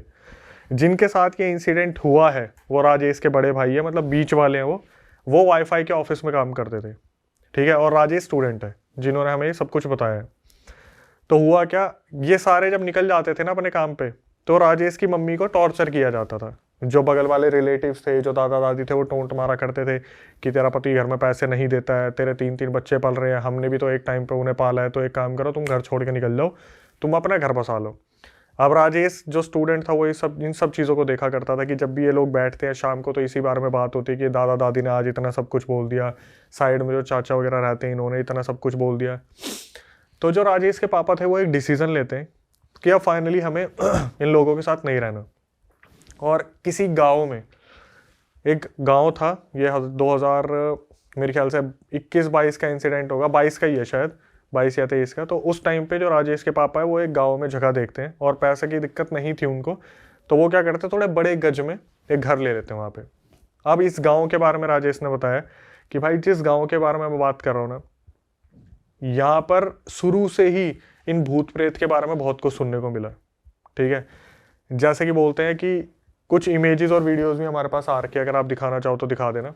उन इमेजेस में ये दिख रहा है साफ साफ कि इनके घर के बाहर पूरा जंगल स्टार्ट हो रहा है, झाड़ियाँ है पूरी की पूरी, एक बरगद का पेड़ है, बरगद के पेड़ के बगल में एक नहर बह रही है, वहाँ पे एक हैंडपंप लगा हुआ है और कहावत यह है कि ये जो बरगद का पेड़ है इस पे ब्रह्म राक्षस, मुंजिया, जिन जिन्नात हमेशा से इनका वास है। इस पूरे गांव के बारे में एक अफवाह पहले से ही फैली हुई है, जो लड़कियों के लिए अफवाह फैली हुई थी कि इस गांव में कोई भी लड़की रात को बाल खोल के छत पे नहीं जाएगी, क्योंकि इस गांव के जंगलों में एक जिन जिन्नात का साया रहता है। अब हुआ क्या, राजेश ने बताया कि भाई हमारी फैमिली के साथ क्या हुआ, अब मैं आपको बताना शुरू करता हूँ। गांव का पूरा डिस्क्रिप्शन दे दिया, अपने घर के बारे में बता दिया। एल शेप घर था, सामने हॉल था, अंदर कमरे थे। अब बताया कि भाई जब हम वहाँ पे मूव करते हैं तो एग्जैक्टली उस गांव में गिन के 5-6 घर थे उस टाइम पे, जब हमने वहाँ पे ज़मीन ली थी, क्योंकि सस्ती मिल रही थी तो हमने ज़्यादा ले ली थी। पापा अपने काम पे जाया करते थे, मम्मी घर में रहती थी। बड़ा वाला भाई जो था वो रियल एस्टेट में था, उसका आना जाना बहुत ज़्यादा होया करता था। जो बीच वाला भाई था वो वाईफाई के ऑफिस में काम करता था, लेकिन उसके एक टैलेंट के बारे में बात की, जिस टैलेंट को ही, जो टैलेंट उसे बहुत ज़्यादा मार गया। वो बंदा सिंगिंग किया करता था, वीडियो बनाया करता था और रील्स बनाया करता था और जो भी बनाया करता था उस जंगल वाले एरिया में जाके बनाया करता था। वो क्या करता था, जैसे वाईफाई वाले ऑफिस से जिस दिन छुट्टी होगी या फिर जिस दिन पार्ट टाइम उसे लगता है कि आज काम नहीं है, तो वो क्या करता था, जंगल वाले एरिया में निकल जाता था। अब इन सब चीज़ों में क्या हुआ, जो राजेश थे वो बताते कि भाई मैं खुद इस चीज़ को अप्रिशिएट करता हूँ कि मेरे भाई की जो आवाज़ है वो सिंगिंग के मामले में बहुत अच्छी आवाज़ है, काफ़ी अच्छा वो गाता था। कि जो मेरे भाई का दोस्त था ऋतिक, वो उसका इतना अच्छा दोस्त था, मतलब एक दूसरे पे जैसे भाई मरते हैं ना, ऋतिक इकलौता दोस्त था उसका, जो इसका भाई है। भाई का नाम मानव रख लेते हैं, कि राजेश ने बताया मानव जो मेरा भाई है उसका दोस्त ऋतिक था। ये ही दोनों थे जो एक दूसरे के लिए दोस्ती में मरे करते थे, पूरे दिन उठना बैठना, साथ में घूमना, सब कुछ करना। ऋतिक एक बार ना ट्यूशन से वापस आ रहा था, 7:30 बजे का उसका ट्यूशन था, और ट्यूशन से आते आते उसको कभी कभार 9, 9:30 बज जाते थे। गाँव वाला एरिया था। एक बार ऋतिक हो गया किडनैप। ठीक है, जब ऋतिक किडनैप हुआ तो उसकी ढूंढावाली चली और 1 हफ्ते में ऋतिक वापस मिल गया था। अच्छा, मिल गया था। इसके बाद क्या हुआ, दूसरी बार 2 महीने बाद ऋतिक फिर दोबारा किडनैप हुआ। इस बार ऋतिक का कुछ भी आता पता नहीं चला। अब हुआ क्या, जो ये मानव था राजेश का भाई, ये बहुत ज़्यादा उस चीज़ को लेकर डिप्रेस हो गया। जंगल में जाया करता था, वहाँ गाने वाने बनाता था, रील्स बनाता था और बहुत सारा टाइम वहाँ स्पेंड करता था। एक दिन जब ये घर वापस आता है ना मानव, तो राजेश ने देखा कि यार बहुत ज़्यादा इमोशनल हो रखा है, पक्का यार रो क्या है। इन्होंने उस चीज़ के बारे में बात नहीं की, ये सोच के कि यार दोस्त था, नहीं मिल रहा तो इमोशनल हो गया। और दोस्ती को भी समझ रहे थे कि बहुत पुराना दोस्त था, इकलौता दोस्त था इस गांव में जो बना था, तो इसलिए अपसेट है ये बहुत ज़्यादा अपसेट है। लेकिन उस दिन से कुछ चीज़ें चेंजेस जो है मानव में देखने को मिली। मानव जब घर वापस आया ना, तो वो 19 घंटे सोया करता था। आया, खाना खाया और सो गया। उसे बार बार उठा रहे हैं कि तेरे को ऑफिस भी जाना है, तेरे को ऑफिस जाना है, उठ जा, फटाफट से ऑफिस चला जा। नहीं जाना ऑफिस, नहीं जाना, नहीं जाना। इन सब चीज़ों में क्या हुआ, जैसे किसी दिन अगर बैठे ना इन्होंने, तो इन्होंने मानव से वो पूछा कि तू क्या गाना बना रहा था ऋतिक के लिए, अपनी दोस्ती के लिए। राजेश ने भाई हाईलाइट करा कि आप बिलीव नहीं करोगे अक्षय भाई, उस बंदे ने दोस्ती के लिए जो गाना लिखा ना अपने दोस्त ऋतिक के लिए, हम भी ये देख रहे थे कि मतलब इस बंदे ने ये लिरिक्स निकाले कहाँ से। बहुत बेहतरीन तरीके का गाना, और वो गाना सुनते सुनते सारे ही रो पड़े उस दिन कि ऋतिक पता नहीं कहाँ चला गया, मिल नहीं रहा, दोस्ती में इतना सब कुछ चल रहा है। उस दिन पहली बार ऐसा हुआ कि मानव को इन्होंने ज़बरदस्ती वाईफाई के ऑफिस में भेजा कि कंप्लेंट आ रही है, फ़ोन बज रहा है, तू जा क्यों नहीं रहा। अब ये जब वहाँ पर गया ऑफिस में, वाईफाई ऑफिस में, वहाँ पे एक सोफ़ा लगा हुआ था, वहाँ जाके सो गया। बॉस के घर पे कॉल आ रही कि आपने क्या इसकी नींद पूरी नहीं होने दी है, ये यहाँ पे आके सो गया है, इस तरीके से चीज़ें चल रही हैं। अब इनको थोड़ा सा शक हुआ कि यार ये क्या चेंजेस है, मतलब ऐसा कैसे पॉसिबल हो सकता है कि एक बंदा 24 घंटे में से 19 घंटे सिर्फ सोने लग रहा है, कोई मेहनत नहीं कर रहा, कोई काम नहीं कर रहा, फिर भी सोने लग रहा है।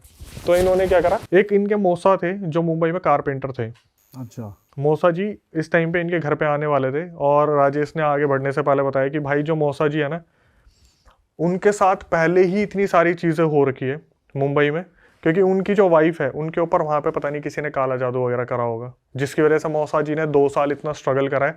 उन्हें पता चल जाता है कि इस घर में कोई दिक्कत है, क्योंकि उनके जो कंधे हैं उन पे भार आने लग जाते हैं।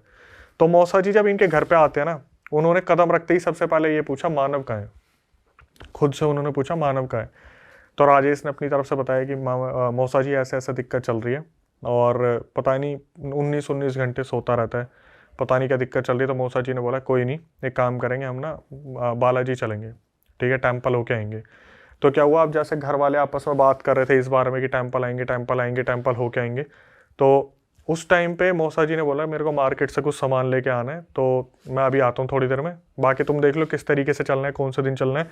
अब जब ये बैठ के बात कर रहे थे ना कि बालाजी टेम्पल जाना है अपने मेहंदीपुर बालाजी, जो मयंक था अंदर सोने लग रहा था, वो बाहर आया, मानव जो था वो बाहर आया और अचानक से इधर उधर देखते हैं, सबकी नज़र उस पर पड़ती है। तो भाई इसने देखा एकदम से राजेश ने कि भाई आंखें पूरी लाल हो रखी है, और जब जब राजेश नाम ले रहे बालाजी, बालाजी टेम्पल, हनुमान जी, वो बंदा कपकपा रहा है, उसके अंदर कपकपाहट सी आ रही है, मतलब जैसे पता नहीं किसी चीज़ का खौफ है।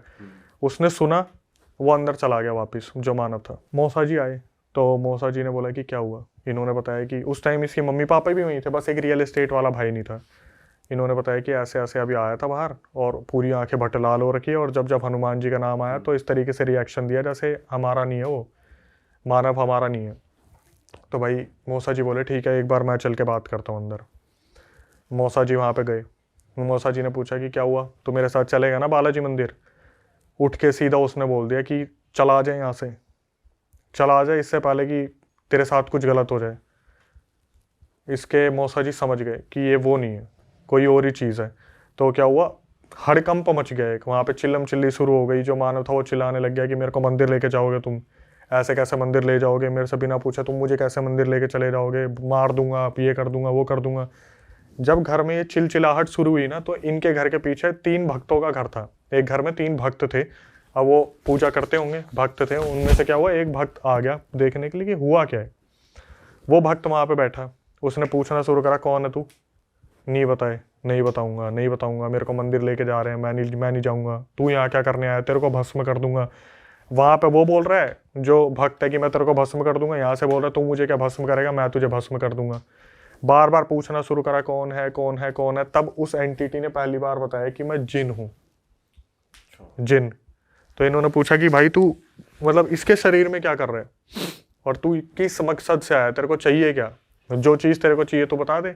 मतलब एक भक्त का काम था कि मैं जो भी मांग रहा है भोग वोग दे के इसे भेज दूँ।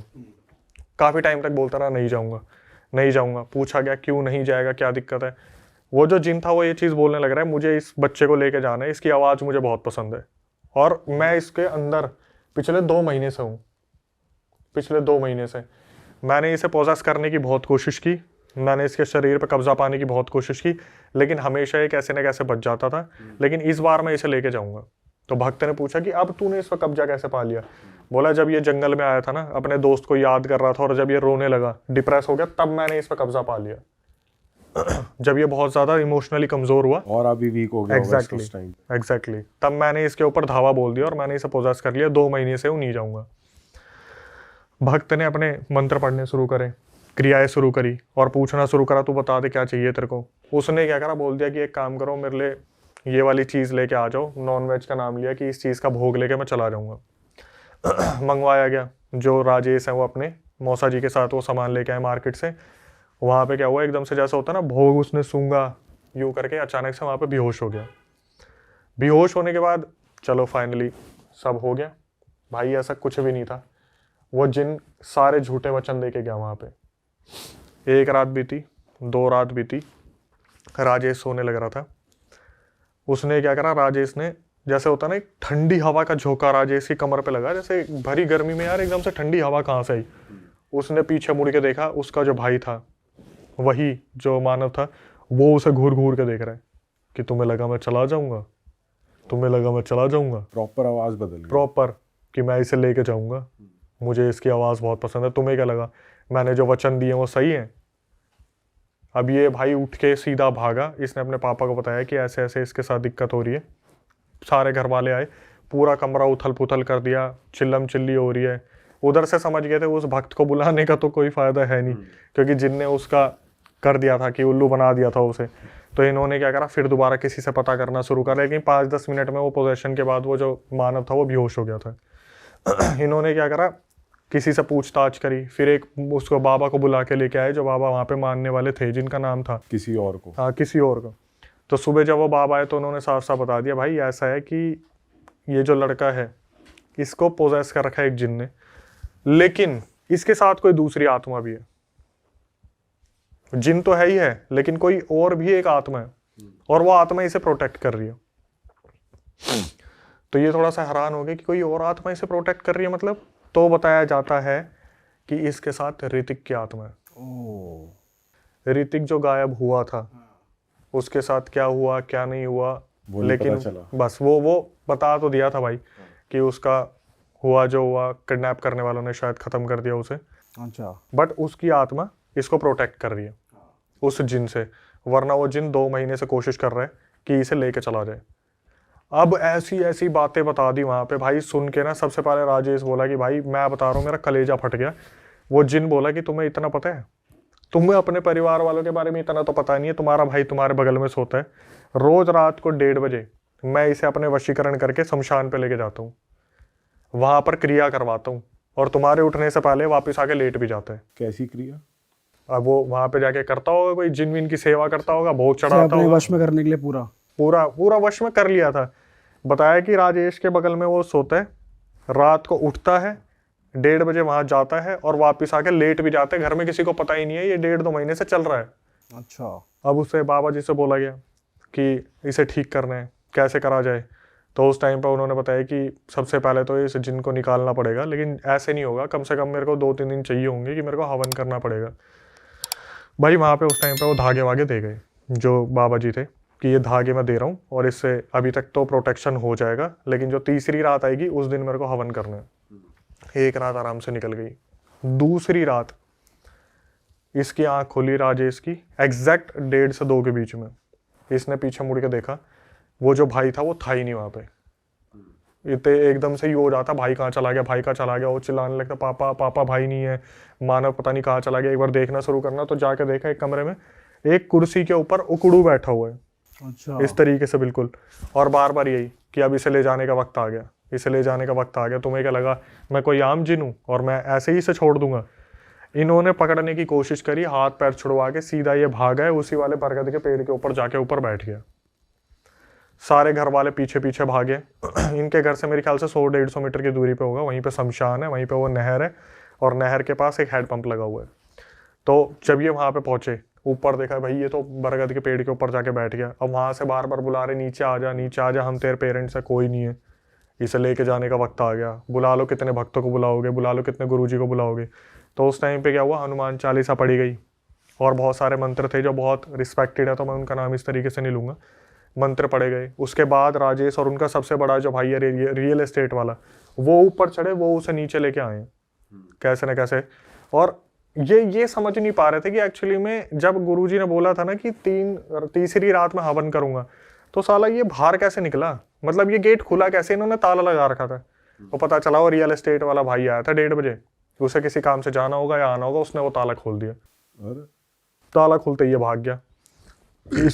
इसे उतारा, इसे वापस लेके आए। अब जब वापस लेके आए तो फिर अगले दिन गुरुजी को बुलाया कि भाई ये फिर दोबारा पोजेस हो गए। दोनों जो इससे पहले वाला भी बताया था रियल इंसिडेंट, और ये भी बता रहा हूँ, दोनों में देखना कि मतलब एंटिटीज किस तरीके से खेलती है। जो गुरुजी आए उन्होंने पूछा, भाई तू क्या चाहता है, हम तेरे को भोग भी दे रहे हैं, हम तेरे को सब कुछ दे रहे हैं, तब भी तू जाने को तैयार नहीं है। बोला मुझे ये बच्चा चाहिए, मुझे ये बच्चा बहुत पसंद है, अपनी दोस्ती पे मरता है, बहुत अच्छे नेक दिल का है, ऐसे वैसे करके बहुत बोला। तो गुरुजी ने पहले तो बहुत कोशिश की कि भाई फाइनली हम कुछ करें, मान जाए, भोग पे मान जाए। जब भोग पे नहीं माना तो उन्होंने बोल दिया ठीक है, अब हम तेरे को निकालेंगे, अपने तरीके से निकालेंगे। तो इनके सामने जो मौसा रखे थे, उन्होंने बोला आप एक काम करो, ऐसे ऐसे और भी बहुत सारी चीज़ें बताई जो थोड़ा वीडियो में बताना ठीक नहीं रहेगा। तो नॉन वेज और 3 कंकाल कि जो सर होते हैं वो लेके आओ। रात को पूरे शमशान के अंदर अब ये क्रिया चल रही है। शमशान में एक घेरा बनाया, घेरा बनाने के बाद क्या करे, 3 वहाँ पे जो स्कल थे वो रखे, उनके ऊपर टीका लगाया जैसे किसी चीज़ को वो भी आवाहन दे रहे हैं जो गुरुजी है कि आओ और इस जिन को निकालो।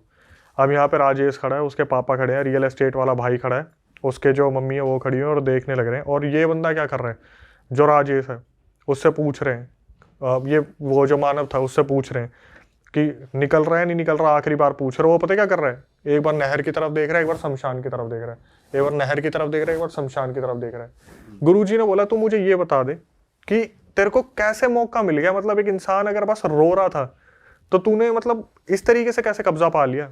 तो जो जिन के ऊपर होता है ना कि अपनी पावर का इस्तेमाल करा, उस जिन ने बताया। फिर देखो गोली दे रहा था वो, जिन ने बताया कि ऐसा है। ये जब उस दिन रो रहा था, इसने क्या करा, हैंडपंप से पानी पिया और टॉयलेट कर दिया पेड़ के ऊपर, बरगद वाले पेड़ के ऊपर। और टॉयलेट करने के बाद हाथ इसने धो दिए नहर में, ठीक है। तो इसने क्या करा, वो जो घर था ना जिनका, वो जो एक पेड़ था उसको डिसरिस्पेक्ट कर दिया था इसने। ये सच बोल रहा था जिन, या झूठ बोल रहा था? अभी तक तो झूठ ही झूठ था। अच्छा। अभी तक झूठ ही झूठ था। अब जाके उसने पहली बार बताया कि इसने पेड़ पे टॉयलेट किया, हैंडपंप से पानी पी के और हाथ धोए नहर में।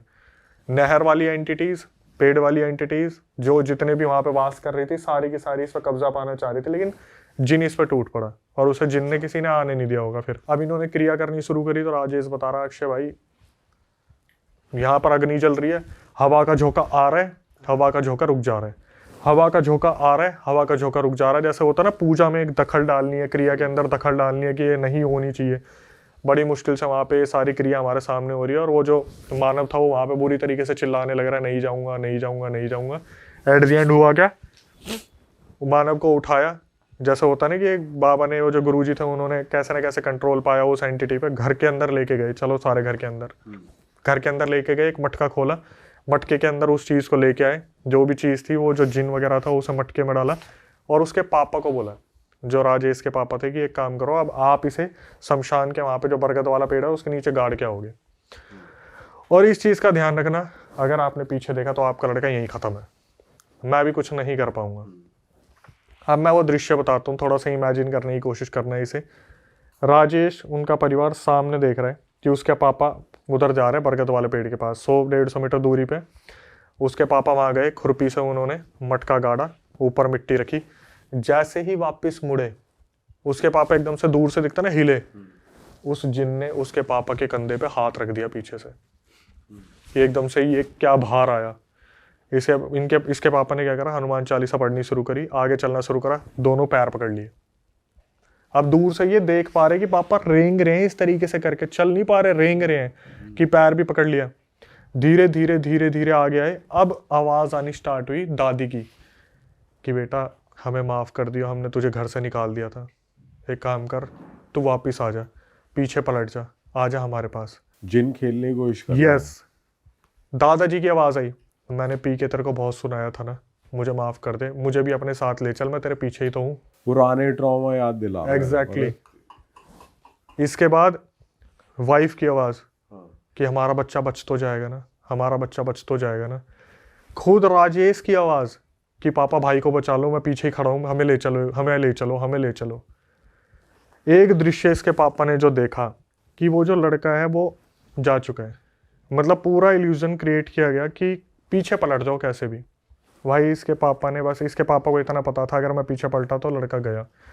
घर के अंदर आए, गुरुजी से पूछा कि क्या है, गुरुजी ने बोला दरवाजा बंद कर दो, अब तुम्हें एक रिस्पॉन्सिबिलिटी दे के जा रहा हूँ, तुम्हारा लड़का बच गया, जब तक बच गया, जब तक उस बरगद के अंदर से कोई हांडी नहीं निकालेगा। यही एक रीज़न है कि मैंने गाँव का नाम नहीं बताया, क्योंकि राजेश ने मेरे को बोला था भाई आप गाँव का नाम बताओगे कोई पक्का आके उसे निकाल देगा। बरगद के पेड़ को इनमें से कोई ना कोई कभी ना कभी खिड़की में से घूरता रहता है कि उसके नीचे जो हांडी दबी हुई है ना, उसे गलती से कोई निकाल ना दे। बच्चे खेलते हैं वहाँ पे, बच्चों को भगा देते हैं, कुछ ना कुछ वहाँ पे मंदिर का निर्माण कर दिया गया है, लेकिन उस चीज़ का कोई रुकावट नहीं है। क्योंकि जो राजेश है उसने बताया कि अक्षय भाई इस चीज़ के सॉल्यूशन के बाद भी ना मानव को 4 महीने तक वो सपने में जिन दिखता था और पता क्या बोलता था, एक दिन आऊँगा लेके जाऊँगा, चिंता मत कर, बचेगा तू भी नहीं। और फिर उसके बाद वो जो ऋतिक था, पर बॉडी पे पोजेशन हो रहा है? नहीं पोजेशन नहीं हो रहा, सिर्फ सपने में आके धमकी दी है। और जो ऋतिक था उसकी भी आत्मा को हटाया गया, फिर जो दोस्त था वो भी एक टाइम पे तो वो भी ले जाने की कोशिश करेगा। तो फाइनली इस चीज़ का अंत अभी भी नहीं हुआ है। और जो वो सोता था, कौन? जो वो सोता था 19 घंटे, फिर वही तो मानव है। हाँ नहीं वो फिर ठीक हो हाँ गई थी वो वो ठीक हो चीज़। गया, वो ठीक हो गया, लेकिन वही चीज़ की इस चीज़ का अंत अभी भी नहीं हुआ है, क्योंकि हमेशा नज़र उनके बरगद के पेड़ के नीचे जो मटकी दबी हुई है उसी पे ही रहती है।